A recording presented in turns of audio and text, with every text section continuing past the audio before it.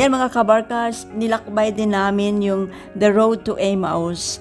At dito makikita po nila yung mga iba-ibang klaseng wild plants, wild flowers na madadaanan mo habang ikaw'y paakyat.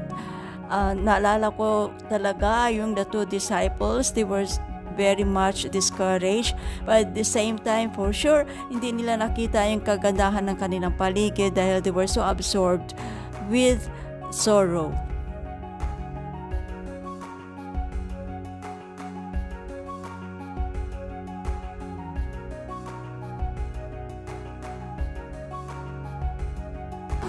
Hi mga kabarkas, now there's the Saxum, the administration. We are not doing our way to Emmaus, just tracing those steps.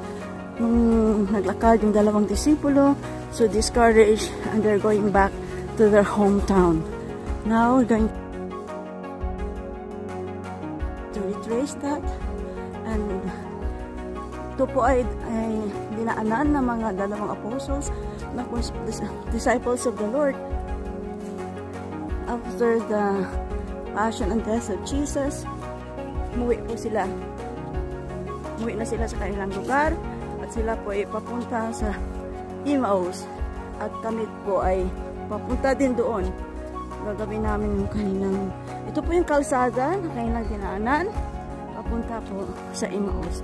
Yun po yung mga kasamahan ko. It's 5 hours walk. Kaso lang, kami po ay siguro kung saan lang makayanan ng aming mga paa at kami babalik na rin.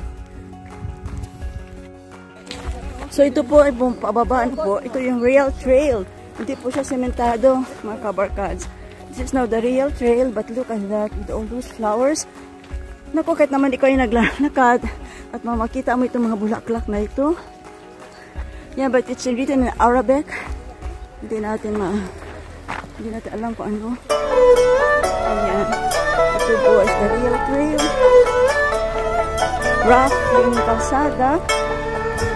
At ito ay paakyat. Papunta po yung pataas. Ayan po. At hindi po po yung lahat ng trail dahil baka maubusan po ako ng so hanggang dito lang po.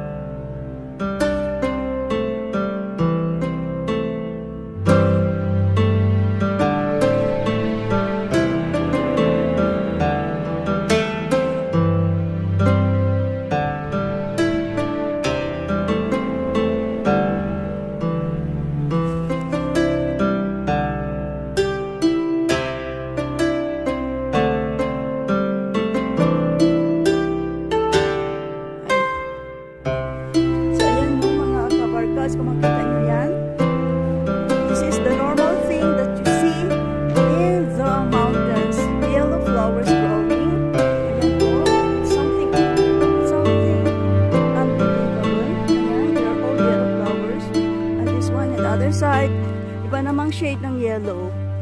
Ayan. Ang gaganda. Ayan. Ganda. Okay. So you see, that's where we came from. So ito po yung villages that we see in that place. And we are in the opposite side. Okay. Mama Mia, look. Ang ganda-ganda ng mga bulaklak na to, guys. Ayan o, ganyan sila. This is wild. This is what wild. Nakapagtaka po kasi dito ang mga kabarangay. There.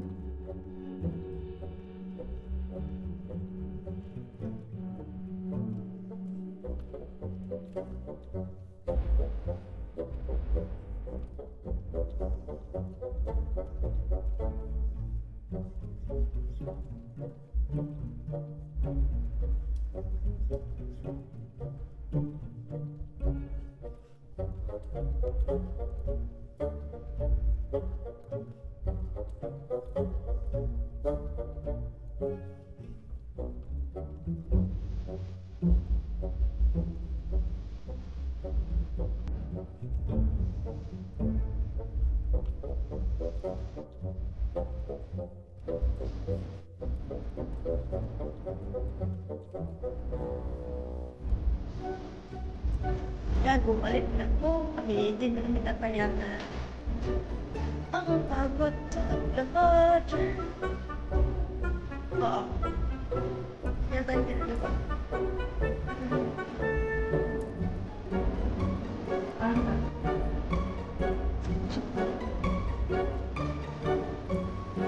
Ano?